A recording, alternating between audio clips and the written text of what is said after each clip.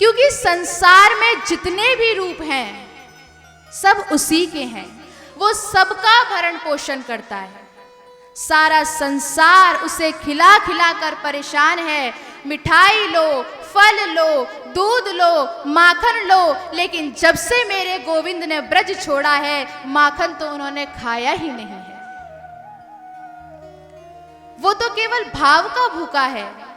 भाव का भूखा हूं मैं, भाव ही एक सार है। भाव से मुझको भजो तो भव से बेड़ा पार है। भाव बिन कोई पुकारे मैं कभी सुनता नहीं, और टेर भक्ति भाव की करती मुझे लाचार है। सेठानियां, बड़ी बड़ी सेठानियां सोने चांदी की कटोरियों में माखन भर के रखती हैं, फल भर के रखती हैं, मिठाइयां भर के रखती हैं, लेकिन वो चखता ही नहीं है और शबरी के झूठे बेर खा लेता है। क्यों? क्योंकि वहां भाव है। शबरी ने, मीरा ने, सूरदास ने वैभव को छोड़कर अपने शरीर को तपाया है, सुखाया है। हम भगवान से मिलने कभी मथुरा जाते हैं, वृंदावन जाते हैं, हरिद्वार जाते हैं, काशी जाते हैं, तो कैसे जाते हैं? पूरा नाश्ता लेकर जाते हैं, ट्रेन में रिजर्वेशन कराते हैं, फ्लाइट से जाते हैं, ताकि हमारे शरीर को किसी प्रकार का कष्ट न हो।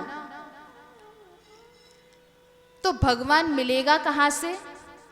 हम उससे मिलने थोड़ी जा रहे हैं, हम तो पिकनिक मनाने जा रहे हैं, घूमने जा रहे हैं। फिर घूम कर आके सबसे कहेंगे कि हम यहाँ घूम कर आए, वहाँ घूम कर आए, ये तीर्थ करके आए, वो तीर्थ करके आए, लेकिन जिससे हम मिलने गए थे वो तो हमें मिला ही नहीं। अकबर का तीसरा प्रश्न, वो दिखाई क्यों नहीं देता? जिन नैनों से हरि को लखिए, वो तो गई मुदाए, कैसे राम रूप लखी जाए। जिन नेत्रों से हमें परमात्मा के दर्शन हो, वो नेत्र तो हमारे पास है ही नहीं। घट में है सूजत नहीं, लानत ऐसी जिंद, तुलसी या संसार को भयो मोतिया बिंद। परमात्मा हमारे हृदय में विराजमान है, सबके हृदय में विराजमान है, कण कण में बसा हुआ है, पर वो ईश्वर हमें दिखाई नहीं देता।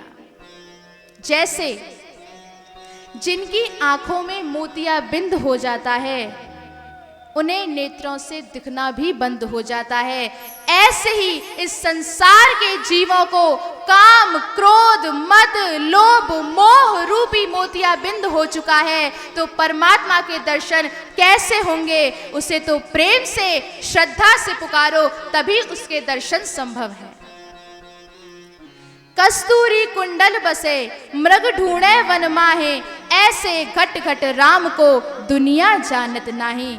जैसे कस्तूरी मृग की नाभि में होती है, परंतु मृग उसकी सुगंध से आकर्षित हो उसे चारों ओर ढूंढता है, ऐसे ही परमात्मा हम सभी के हृदय में वास करता है, पर वही ईश्वर हमें दिखाई नहीं देता। उस ईश्वर को देखने के लिए हमें प्रेम के, श्रद्धा के, भावना के नेत्र लगाने पड़ेंगे।